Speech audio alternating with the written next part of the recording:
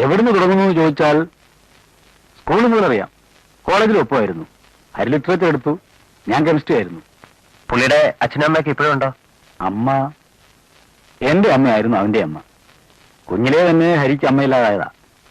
അച്ഛൻ ഇപ്പോഴും ഉണ്ട് നാട്ടില്, വയസ്സായി. വേറെ ബ്രദേഴ്സും സിസ്റ്റേഴ്സും ഒക്കെ ആരുമില്ല. രാഗിണിയുമായിട്ടുള്ള വിവാഹം നടക്കുമ്പോഴൊക്കെ നിങ്ങൾ തമ്മിൽ നല്ല ടേംസിലായിരുന്നല്ലോ. അതെ. എങ്ങനെയായിരുന്നു ആ വിവാഹം നടന്നത്? സത്യത്തിൽ ഞാൻ കൂടി ഇനിഷ്യേറ്റീവ് എടുത്തിട്ടാണ് ആ വിവാഹം നടന്നതെന്ന് വേണമെങ്കിൽ പറയാം. ആരാധികയായിട്ടാണ് രാഗിണി ഹരിയുടെ ജീവിതത്തിലേക്ക് കയറി വന്നത്. ആരാധന പിന്നീട് മറ്റൊരു തരം ബന്ധമായി. മറ്റു പെൺകുട്ടികളുമായി അടുപ്പമുണ്ടെന്ന് അറിഞ്ഞിട്ടും അവന്റെ ഭാര്യയാകാൻ വേണ്ടി ആ പെൺകുട്ടി വീട്ടുകാരുമായി ശരിക്കും പൊരുതിയിട്ടുണ്ട്. എനിക്കറിയാം. എന്നിട്ട് പിന്നീട് അത് പ്രശ്നമായി മാറിയല്ലോ. അത് പിന്നെ മാറാതിരിക്കുമോ? ഭാര്യയായി കഴിയുമ്പോഴല്ലേ പെൺപിള്ളേർ പോലും എന്താ ഭാര്യയുടെ സ്വഭാവം എന്നറിയുന്നത്. ഒടുവിൽ ഫോണിലൂടെ ഒരു പെണ്ണിന്റെ ശബ്ദം കേട്ടാൽ പോലും അവര് തെറി പറയുമായിരുന്നു എന്നാണല്ലോ കേൾക്കുന്നത്. കുറെയൊക്കെ ശരിയാണ്. മുറിമുറിപ്പിൽ തുടങ്ങി പൊട്ടിത്തെറിൽ അവസാനിച്ച ഒരുതരം റിലേഷൻഷിപ്പ് ആയിരുന്നു അത്. ആദ്യമൊക്കെ അവർ തമ്മിലുള്ള വഴക്കിന്റെ ഡീറ്റെയിൽസ് രാഗിണി ഇവിടെ വന്ന് എന്നോടും ഇവളോടും പറയുമായിരുന്നു. ഞങ്ങൾക്ക് അതിൽ പലപ്പോഴും ഇടപെടേണ്ടിയും വന്നിട്ടുണ്ട്. പിന്നെ നിർത്തി. കഴിഞ്ഞ 1.5 കൊല്ലമായിട്ട് നിങ്ങൾ തമ്മിൽ അത്ര നല്ല റിലേഷൻഷിപ്പ് അല്ലായിരുന്നു എന്ന് കേട്ടല്ലോ. കേട്ടത് നേരാണ്. എന്താ തെറ്റാൻ കാരണം? കാരണം തുളസി എന്നൊരു സിനിമയെ പറ്റി കേട്ടിട്ടുണ്ടോ? പിന്നെ ഈയിടെ ഇതാ പിടി എന്ന് പറഞ്ഞ് കയറിയൊരു സ്റ്റാറല്ലേ, ഏതൊരു നടന്റെ പേരുമായിട്ട് ബന്ധപ്പെട്ട് ഗോസിപ്പ് ഓളങ്ങളിൽ കിടന്ന് വിലസുന്ന പെണ്ണ്. അത് തന്നെ. അവളെ കണ്ടെത്തുന്നതും ഫിലിമിൽ ഇൻട്രൊഡ്യൂസ് ചെയ്യുന്നതും സ്റ്റാർ ആക്കുന്നതും എല്ലാം ഹരിയാണ്. വളരെ പൂർ ബാക്ക്ഗ്രൗണ്ടിൽ നിന്ന് പെൺകുട്ടിയായിരുന്നു തുളസി. പത്രക്കാർ അവളെയും ഹരീഷിനെയും കണക്ട് ചെയ്ത് അതുകൊണ്ട് എഴുതാൻ തുടങ്ങിയപ്പോൾ രാഗിണിക്ക് അതൊരു പ്രശ്നമായി. ഇവിടെ വരിക, ഇവളുടെ അടുത്ത് അതിനെപ്പറ്റി സംസാരിക്കുക, കരയുക, ഇതൊക്കെയാണ് പതിവായിരുന്നു. ഞങ്ങൾ എന്തെങ്കിലുമൊക്കെ പറഞ്ഞ് സമാധാനിപ്പിച്ചു വിടും. ഒരു ദിവസം തീരെ നനച്ചിരിക്കാതെ രാഗിണി ഇവിടെ കയറി വന്നു. അവൾ ആകെ ക്ഷോഭിച്ചിരുന്നു. കുട്ടി ഇപ്പൊ ആരാ ഫോണിൽ വിളിച്ച് പറഞ്ഞത്? ആരാണെന്ന് പറഞ്ഞില്ല. ഒരു അനോണിമസ് കാളിന്റെ പേരിൽ. അനോണിമസോ ജെനുവിനോ എന്നുള്ളതല്ല, എനിക്കത് നേരാണോ എന്ന് അറിയണം. അവളുടെ വീട് അറിയായിരുന്നെങ്കിൽ ഞാൻ നിങ്ങളെ ബുദ്ധിമുട്ടിക്കാൻ വരില്ലായിരുന്നു. നേരെ പോയേനെ. എന്താ പറയുക? രാഗിണി ഒരു കാര്യം ചെയ്യും, ഇവിടെ ഇരിക്കൂ. ഞാൻ പോയി ഹരി അവിടെ ഉണ്ടോ നോക്കിട്ട് വരാം. അതുപോരാ, നിങ്ങൾ ഫ്രണ്ട്സ് ആണ്. എന്നെ സമാധാനിപ്പിക്കാൻ വേണ്ടിട്ട് ഉണ്ടെങ്കിലും ഇല്ലെന്നേ പറയൂ. ആരെങ്കിലും അറിഞ്ഞാൽ മോശമാവില്ലേ രാഗിണി? അതുകൊണ്ട് തന്നെയാണ് മറ്റാരോടെങ്കിലും ചോദിച്ചു വഷളാക്കാതെ നേരെ ഇങ്ങോട്ട് പോകുന്നത്. നിങ്ങൾ എന്റെ ഒപ്പം വന്ന് അവിടെ വീട് കാണിച്ചു തരുന്നുണ്ടോ? ഇല്ലെങ്കിലും ഞാൻ പോവും. ഈ പറഞ്ഞ പോലെ വേറെ ആരെങ്കിലും വിളിച്ച് കാര്യം പറയേണ്ടി വരും. അതേതായാലും വേണ്ട, നിങ്ങൾ എന്നെ ഒപ്പം പോകൂ. ഞാൻ വരാം.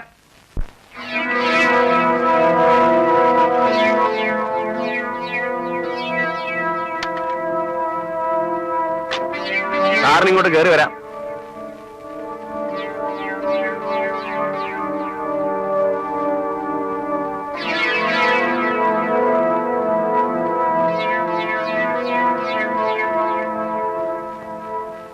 എവിടേക്കെങ്കിലും വിളിച്ചോണ്ട് പോന്നെ കാറുമായി കാത്തു നിൽക്കുന്നെങ്കിൽ ഇനി വഴിക്കേണ്ട. എനിക്കിതൊന്ന് നേരിട്ട് കണ്ടാൽ മാത്രം മതിയായിരുന്നു. സ്റ്റാർ ആവാൻ നിൽക്കുന്നു. ഇതുപോലെ നല്ല ഡയറക്ടർമാരുണ്ടെങ്കിൽ ഏത് തേവിടിശിക്ക് സ്റ്റാർ ആവാം. ചുമ്മായല്ലേ പത്രക്കാരൻ നിന്നെ പറ്റി പറയുന്നത്. അതിന് കൂട്ടു നിൽക്കാൻ ഒരു തള്ളേ വേണ്ടാത്ത പറയരുത്. അമ്മേന്ന് മിണ്ടായി നിൽക്കുന്നുണ്ടോ? എന്താണ് ആവശ്യമില്ല സീൻ ഉണ്ടാക്കാതെ. ആവശ്യമില്ലാതെയോ?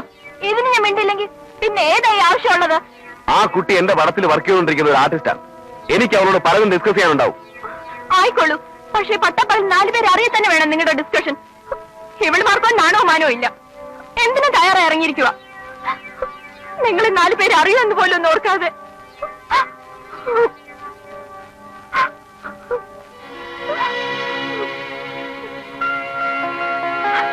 സാറിന്റെ മാനിപ്പുലേഷൻസ് ആയിരിക്കും മൊത്തത്തിൽ, അല്ലേ?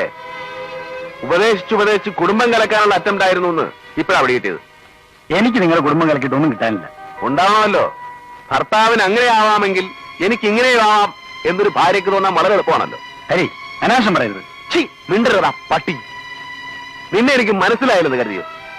എന്നെ അങ്ങ് മറ്റേ ലിസ്റ്റിൽ എസ്റ്റാബ്ലിഷ് ചെയ്ത് കഴിഞ്ഞാൽ പിന്നെ നിനക്ക് ഇവിടെ മുമ്പ് നിലവനാവാമല്ലോ.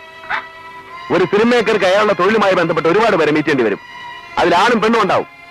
അതിന്റെ എല്ലാം പിന്നാലെ മാസം വന്നിട്ട് വീട്ടിലെ സൗകര്യം കെടുത്താൻ ശ്രമിച്ചാലുണ്ടല്ലോ, അടിച്ചിനെ കഴുത്തേൻ തിരിച്ചളെ. നീ അത് നോക്കൂ.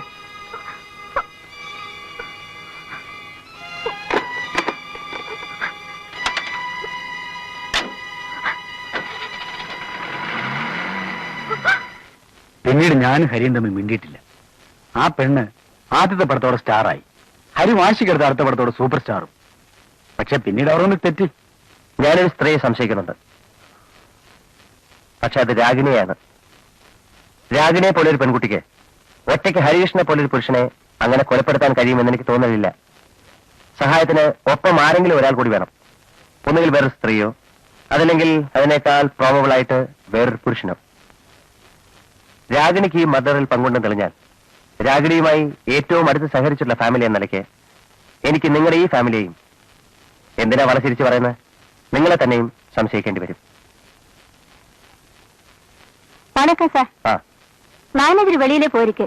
டேட் விஷயம் ஏதாவது சொல்லணும்னா அவர் வந்தா தான் தெரியும். തുളസിയില്ലേ? இருக்கு. എங்கே ഇരിക്കെ? உள்ள இருக்கு. மேக்கப் போட்டுட்டே இருக்கு. നിങ്ങൾ മലയാളികളല്ലേ? ஆமா. പിന്നെന്താ മലയാളം പറയാത്ത? ഫീൽഡിൽ പഴകുന്നവർ അധികവും തമിഴന്മാരും തെലുങ്കന്മാരും ഒക്കെ ആയതുകൊണ്ട് എപ്പോഴും തമിഴ് താൻ വരും. തുളസി എനിക്കൊന്ന് കാണണമല്ലോ. இப்ப முடியாது சார். அந்த செட்டில டைரக்டர் கூட வெயிட் பண்ணிட்டு இരിക്കുന്നു. சீக்கிரமா மேக்கப் போட்டு அங்க செல்லாൻ തുടങ്ങ അവള്. ഇന്നലെ വരുമ്പോ വെളുപ്പിന് 2 മണി.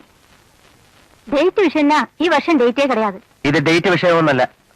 ഞാനിവരെ ഒരു കൊലക്കേസുമായി ബന്ധപ്പെട്ട് ക്വസ്റ്റ്യൻ ചെയ്യാമെന്ന പോലീസ് ഓഫീസറാണ്. വിളിക്കാവരെ ഇങ്ങോട്ട്.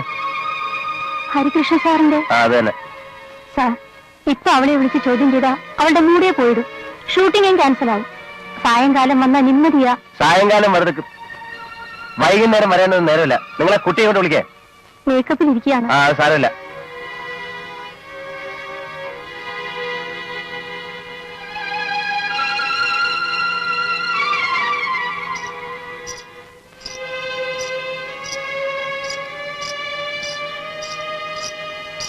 ഇരിക്കൂ. വേറെ ആരും ഇവിടെ നിൽക്കണമെന്നില്ല.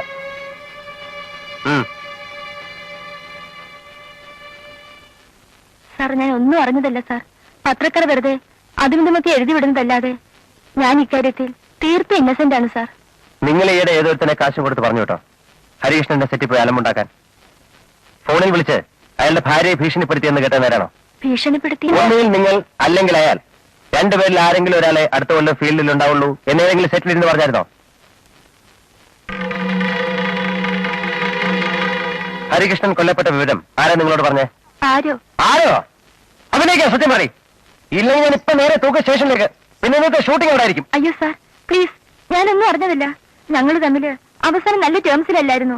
അതല്ലാതെ ഈ കേസുമായിട്ട് ദൈവസത്യമായിട്ട് എനിക്ക് യാതൊരു ബന്ധവുമില്ല. ഈ മർഡർ നടന്ന ദിവസം, അതായത് ജനുവരി 18-ാം തീയതി നിങ്ങളോടായിരുന്നു? ഷൂട്ടിങ്ങിലായിരുന്നു. എവിടെ? ഇവിടെ മദ്രാസിലോ? ഇവിടെ തന്നെ. 17-ാം തീയതി ഞാൻ മദ്രാസിൽ നിന്ന് വന്നത്. അന്ന് ഏത് പടത്തിന്റെ ഷൂട്ടിംഗ് ആയിരുന്നു? KR മൂവീസിന്റെ പടം. സൂര്യപ്രകാശ് ഡയറക്ടർ. എന്താ പടത്തിന്റെ പേര്? ഒരുമിച്ച ദുഃഖത്തിൽ പങ്കുചേരാൻ. അന്ന് എവിടെയായിരുന്നു കളി? ബീച്ചില് ഡൂവറ്റ് എടുക്കായിരുന്നു. 6 മണിക്ക് തുടങ്ങി രാത്രി 2 മണി വരെ ഷൂട്ടിംഗ് ആയിരുന്നു. 2 മണിക്ക് വന്നു കിടന്ന് ഉറങ്ങി. പിന്നെ കാലത്ത് 9 മണിക്ക് അമ്മ വന്ന് വിളിച്ചു നിർത്തി കാര്യം പറയുമ്പോഴാ ഞാൻ ആ വിവരം അറിയുന്നത്. ഉറങ്ങാൻ പോണതിന് മുമ്പ് സ്ലീപ്പിംഗ് പിൽസ് അടിക്കുന്ന ശീലമുണ്ടോ? ഉണ്ട് സാർ.